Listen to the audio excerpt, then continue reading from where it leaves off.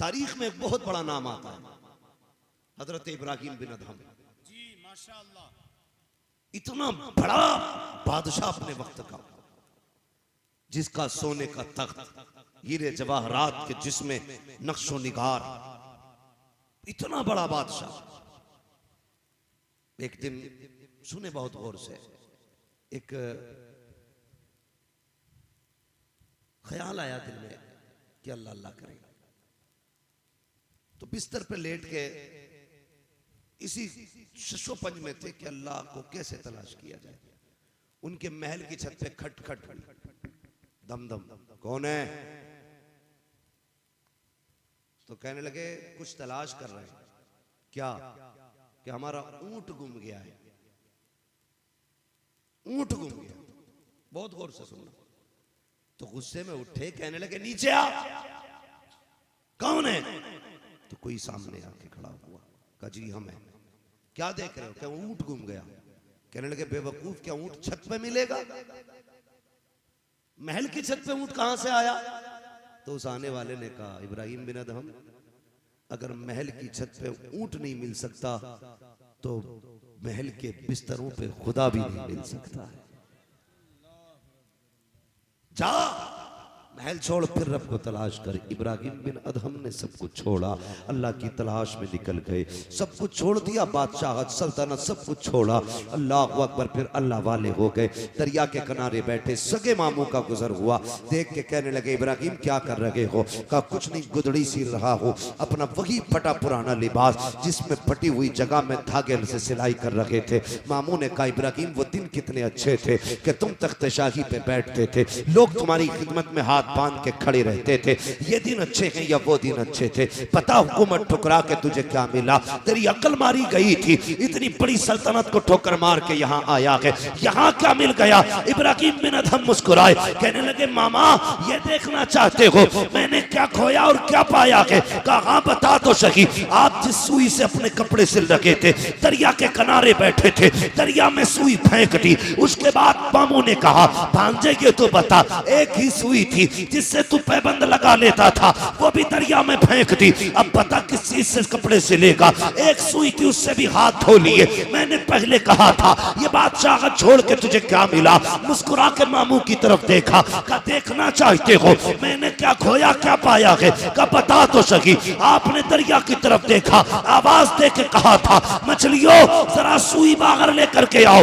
जैसे इतना कहा था तो जितनी मछलियां तालाब में थी सारी किनारे पे आ गई और हर मछली के मुंह में एक सोने की सुई मौजूद थी। देख के कहते हैं मामू ये देखो, आपने मछलियों से कहा ये मेरी सुई नहीं है, वो ला के दो जो मेरी है। वापस गई, एक मछली सुई लाई जिसके अंदर धागा भी था, आपने हाथ से लिया। लेने के बाद मामू से कहा मैंने इतना पाया इतना खोया, कम मैं समझा नहीं। कहते बाबा जब तक मैं तख्त पे बैठा था तो जमीन वालों पे हुकूमत चलती थी, जब से तख्त छोड़ा है मैं खुदा का हो गया हूँ, सारी कायनात मेरे दामन से वाबस्ता हो। जिंदाबाद जिंदाबाद, सुभान अल्लाह। जब तक बिके न थे तो कोई पूछता न था, तुमने खरीद कर हमें अनमोल कर दिया। वाह वाह सुभान अल्लाह। तुमसे किसने कह दिया नौजवानों कि दाढ़ी की कटिंग में इज्जत है, जी पैंट के डिजाइन में शोहरत है? खुदा की कसम अगर ये इज्जत और शोहरत का मेयार होता तो नबी का बिलाल कभी इज्जत न पाता। खुद सोचो, इज्जत हुजूर के कदमों में मिलती है, सिर्फ हुजूर के कदमों में। और हमारी कौम, आज ये दिन देखना था हमारी कौम को। अल्लाह अकबर, गलत नहीं कह रहा हूं, हमारी कौम का 18 साल का जवान इंग्लिश का अखबार फर पढ़ता चला जाता है और कुरान की एक आयत उठा के देखो तो 70 हिज्जे करता। और हिज्जे भी अल्लाह खैर करे,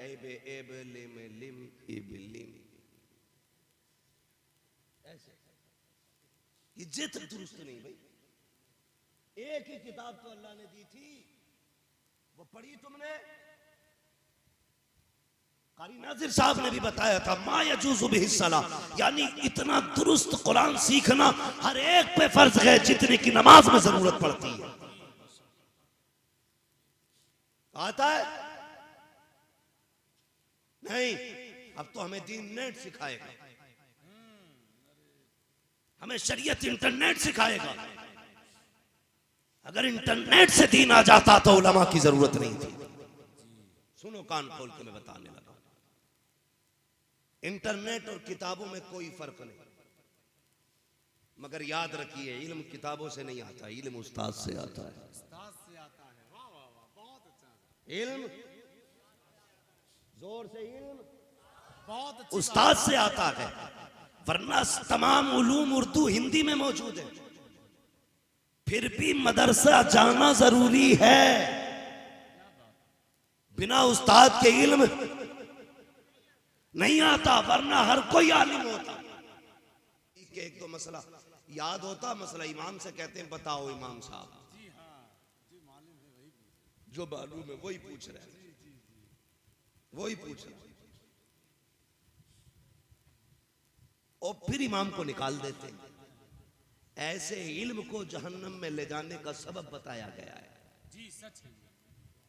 जो फितने फैला रहे, मौलवी चुप पड़ा, गधे फतवे दे रहे। जी तुमने नहीं देखा मस्जिद से निकलते क्या क्या ये इमाम नहीं रहेगा भाई, क्योंकि इसका अंगूठा ही लिया था कब के सजदे में। अरे ये सजदे में था तो तू कहां था भाई, सच है। बताओ यार। मैं सजदे में जाऊं बहुत दिखेगा मुझे मेरी नाक, इससे ज्यादा दिख सकता है कुछ? नाक ही दिखती है ना सजदे में जाके तो। और इसे अंगूठा कैसे दिख गया? ये सजदा ऐसे कर रहा था या ऐसे कर रहा था? एक से एक बड़ा इब्लीस पड़ा। एक तो मुझसे ही कह रहा मुफ्ती साहब, ये कह रहा ना ये बताओ नमाज का खूंटा क्या है। अच्छा, अजीब अजीब मसले, मैंने कहा ये तो कभी ना पढ़ा मैं। नमाज का खूंटा हाँ चलता है कौन? नमाज का खूंटा, हाँ तो वो कहते भैया दाएं पैर का अंगूठा पूरा हिल गया तो नमाज हो गई, अंगूठा ना हिला। मेरा ख्याल इमाम ने कैसे किया कैसे नहीं किया, भाई खुदा का वास्ता ख्याल किया करो, मस्जिद में जाया करो, अपनी नमाजों की फिक्र किया करो, फितने ना फैलाया करो, आगे बाहर खड़े होकर के पूरी तबाही की जिम्मेदारी मत लेना, वरना अल्लाह जब इंतकाम लेगा साथ पुश्ते तरस जाएंगी, कोई हाफिज कुरान पैदा ना हो सकेगा, कोई आलिम दीन पैदा ना हो सकेगा। अगर चाहते हो तुम्हारी नस्लों में उलमा पैदा हो, इन वालों की इज्जत किया करो, कुरान वालों की कदर किया करो। तुम्हें खुदा का वास्ता देखो तो सही हमारे पास कुरान का फुकदान कितना बड़ा है, जबकि कुरान रब की इतनी अजीम नेमत है, इतनी बड़ी दौलत है, मुस्तफ़ा का इतना अजीम मौजज़ा है। अगर इस कुरान की उम्मत के अंदर कुरान ना होता तो खैरियत नहीं थी, कुरान नहीं होता तो सलीके ना मिलते, कुरान ना आता तो ज़ाब्ता ना मिलता। हमने कुरान को क्या सोचा, दम अटकने लगे तब कुरान उठाया जाए, सांसें अटकने लगे तब कुरान उठाओ, बाप भतीजा आए तब कुरान उठाओ, 40वां आए तब कुरान उठाओ, परसी आए तब कुरान उठाओ, औरतों पे चुड़ैलें आ जाए तब कुरान उठाओ, औरतों पे जिन्नात आने लगे तब कुरान उठाओ। नहीं प्यारे, ये सिर्फ मुर्दों के लिए नहीं आया था, ये सिर्फ चुड़ैलों जिन्नों के लिए नहीं आया था, ये तो जिंदों के लिए आया था, रागे हिदायत बन के आया था, ये तुझे बताने आया था फ्रिज कैसे बनना है, ये तुझे कुरान बताएगा, गैस कैसे बनेगी ये तुझे कुरान बताएगा, हवाई जहाज कैसे बनना है ये तुझे कुरान बताएगा, ऑक्सीजन कैसे फराहम करनी है ये तुझे कुरान बताएगा। लेकिन तुमने कुरान को छोड़ दिया, दूसरों के मोहताज बन गए। लेकिन याद रखना, जो कौमें किसी काम की नहीं रहती है वो तबाह कर दी जाती है, जो कौम काम की होती है उसे जिंदा रखा जाता है। अगर जिंदा रहना चाहते हो तो कुरान से प्यार करो, कुरान से मोहब्बत करो, और जब कुरान से प्यार करोगे सारी कायनात ऐलान करेगी कि मोहम्मद से वफा, तूने तो हम तेरे हैं, ये जगह चीज है क्या लोहो कलम तेरे। मखतूम माँ की भी बचपन। और एक बात और बता दूं, अक्सर कामयाब लोगों के पीछे माँ की दुआएं होती हैं। बेशक बेशक, याद रखना मेरी बात, अक्सर कामयाब लोग आप पढ़ लीजिए, सब में माओ की दुआएं शामिल हैं। उन्हीं में एक जात ना सरकार मखदूम माहिमी की जात है। यतीम थे, बाप का इंतकाल हो गया, माँ का इकलौता सहारा थे, कहीं नहीं जाते थे, माँ भेजती नहीं थी। एक दिन कहने लगे माँ मुझे दीन सीखना है, माँ मुझे दीन सीखना। जी आपका नसीब है कि आपके बस्ती में सेंटर खुला है, आपकी बस्ती में इफ्तिखार भाई ने पूरी तंजीम कायम की। ये तंजीम कुरान सिखा रही है फ्री में, आपको कुछ नहीं लगा, आपका नसीब है आपका। पहले दीन सीखने के लिए 100 मील जाना पड़ता था, हर जगह मदरसे नहीं होते, कहीं कहीं आलिम होते थे पढ़ाने वाले। आज तो घर के दरवाजे पे मदरसा है, कोई पढ़ने वाला नहीं। मखदूम मागमी ने कहा था माँ दीन सीखना चाहता हूँ। ए बेटे तेरे बगैर जी नहीं लगता है, तू अगर चला जाएगा फिर मेरा सहारा कौन बनेगा? ए बेटे तेरे बाद मेरा कौन होगा? रोने लगे, कहने लगे माँ इल्म के बगैर मेरा गुजारा नहीं होता। माँ ने कहा बेटे तेरे बगैर मेरा गुजारा नहीं होता है, अगर तू चला गया मैं कैसे गुजारा करूंगी? हजरत मखदूम मागमी से माँ ने कहा बेटे तेरी मर्जी है, किसी एक चीज का इंतखाब कर, या तो माँ का इंतखाब कर या अपने इल्म का इंतखाब कर। हजरत मखदूम मागमी कभी माँ को देखते हैं, कभी अपने इल्म के बारे में सोचते हैं। दिल ने कहा माँ बड़ी दौलत है, माँ की बात मान लेते हैं। कहने लगे माँ मुझे कहीं नहीं जाना है, बस तेरे कदमों में रहना है। माँ की बात मानी, लेकिन ये इश्क का फैसला था। दिल ने ये कहा मखदूम इल्म सीख लेते तो कितना कुछ हासिल हो जाता। इस ख्याल में तड़पाया, रोते रोते दरिया के किनारे गए, एक पत्थर पे बैठ के आंसू बहा रहे थे। इतने में हसीन और माजबी एक बुजुर्ग की आमद हुई, देख के हैरत में पड़ जाते हैं। आने वाले ने सलाम किया, मखदूम मागमी का बचपन है, जवाब दिया कौन हो तुम? कहा मुझे नहीं पहचाना? कहा नहीं, कहा मुझे खिज्र कहा जाता है। कहा किस लिए आए हो? कहा तुझे पढ़ाने के लिए आए हैं। कहा क्यों? कि तूने माँ की मोहब्बत में अपने इल्म की इश्क को दबा दिया, इसलिए रब ने मुझे भेजा है, मैं तुम्हें पढ़ाने आया करूंगा, लेकिन शर्त है मेरी। कहा कौन सी शर्त है? कहा किसी को बताओगे नहीं कि मैं तुम्हें पढ़ाने आता हूँ। मखदूम मागमी ने वादा कर लिया, रोज पढ़ने आते रहे। एक दिन माँ ने कहा बेटे मखदूम, का जी अम्मी रोज तलाश करती हूँ, दोपहर में कहाँ चले जाते हो? कई जगह तलाश किया, तुम्हारा कोई पता नहीं मिलता है। बेटे बताओ तो सही कहाँ जाया करते हो? इधर माँ का सवाल है, उधर खिज्र से किया हुआ वादा,